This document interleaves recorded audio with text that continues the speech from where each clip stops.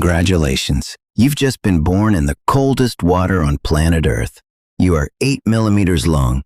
You have no name, no parents, and roughly 400,000 siblings who are already drifting away from you.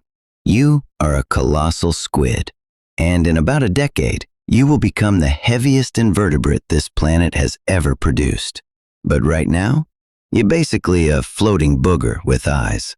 Welcome to the Southern Ocean, a ring of freezing water that wraps all the way around Antarctica. Everything here is either eating or being eaten, and you are firmly in Category 2.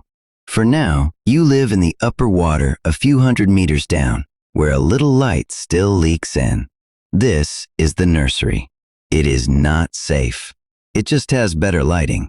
Your job today is simple. Eat things smaller than you, and don't become food. You will fail at this roughly 399,999 times out of 400,000. Statistically, you are already dead. But you're not. Nice work. As you grow, something strange happens. You start to sink on purpose. Your body is doing a trick that most animals can't. Instead of packing on muscle, you're loading your tissue with ammonium, the same stuff found in household cleaner. It's lighter than seawater, and it turns your entire body into a flotation device. You are now neutrally buoyant. You don't swim to stay up. You just hang there, forever, like a balloon that gains sentience and regrets it. This is also why you smell terrible, and why almost nothing wants to eat you. Congratulations on your new personality. Down you go. 500 meters, 1,000, 2,000. The light gives up, long before you do. Welcome to the midnight zone. This is home now. Down here there is no sun, ever. So evolution handed you the largest eyes ever recorded on any animal, living or extinct. Each one is about 27 centimeters across. That's a dinner plate. That's bigger than your own head was a year ago. A blue whale, an animal 300 times your weight, has eyes smaller than yours. And here's the strange part. You're not using them to hunt. Down here, the plankton around you glow faintly whenever something big disturbs the water. It's an underwater burglar alarm. Your eyes exist to catch that faint, scattered glow from over 100 meters away, long before you'd ever see the animal itself. To help with that, each eye has its own tiny light, a strip of glowing tissue right next to the lens. It's powered by bacteria that live inside you and glow on command. You are, quite literally, carrying flashlights made of other living things. You don't have giant eyes because you're a great hunter. You have giant eyes because you are terrified. Let's talk about your hands. Most squid have suckers, little rings of grip. Cute. You have those too, but on your two long tentacles, you have something meaner, rotating hooks, actual swiveling claws mounted on your arms. They turn to grab prey, no matter which direction it tries to escape. Your cousin, the giant squid, doesn't have these. Nobody else in the neighborhood has them. They're your one genuinely aggressive feature. And in the middle of it all sits your beak, the largest beak of any squid on Earth. Sharp, black, and strong enough to shear through a fish's spine in a single bite. You've basically been built like a parrot that swallowed a bear trap. So you must be a fast, brutal hunter, right? Absolutely not. Pound for pound, you're one of the laziest animals on Earth. Chasing food burns energy. Down here, energy is expensive and food is rare. So your entire strategy is simple. Float, wait, do nothing. Become a very large, very patient piece of nothing. Your metabolism is so slow that a 500-kilogram adult, at full size, needs only about 30 grams of food a day.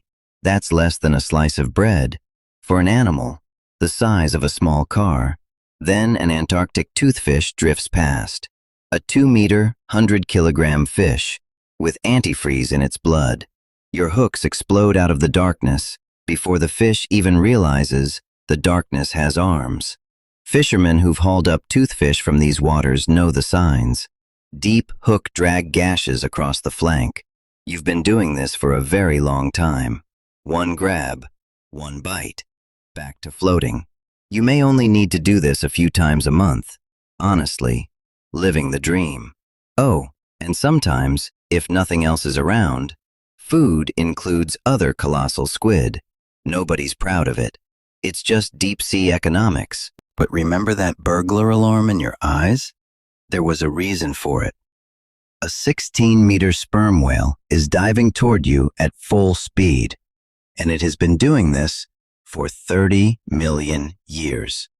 It hunts by sonar, and here's the cruel part. You can't hear it coming. Your body is built to sense low, rumbling frequencies, not the high-pitched clicks a sperm whale uses to hunt. To those sounds, you're basically deaf. Your eyes are the only warning system you've got. Sometimes they're not enough. Sperm whales get roughly 3/4 of their food by weight from animals just like you. They come back from these dives with deep, parallel scratches gouged across their faces. Not the neat, circular sucker marks your cousin, the giant squid, leaves behind. Yours are messier, angrier. Those scars are the closest thing you'll ever have to a legacy. Because here's the thing. Humans discovered your species in 1925, from nothing more than 2 arms pulled out of a whale's stomach. For decades after that, you were basically a ghost. A beak here, a tentacle there. It wasn't until the 1980s that anyone recovered a complete specimen. Your life will be short, a few years maybe. You'll grow to 7 meters, half a ton, the heaviest invertebrate this planet has ever produced. And almost nobody will ever see you do it. Then, in March 2025, exactly 100 years after your species was first identified, a research ROV finally caught one of you alive and confirmed it on camera. Not a giant, a juvenile, just 30 centimeters long, transparent, harmless, drifting quietly near the South Sandwich Islands, the largest invertebrate on Earth. And the very first time we ever saw it alive, it looked like glass. That's your life as a colossal squid. Enormous, invisible, and mostly just floating in the dark, waiting. Subscribe. Next time, we're going somewhere worse.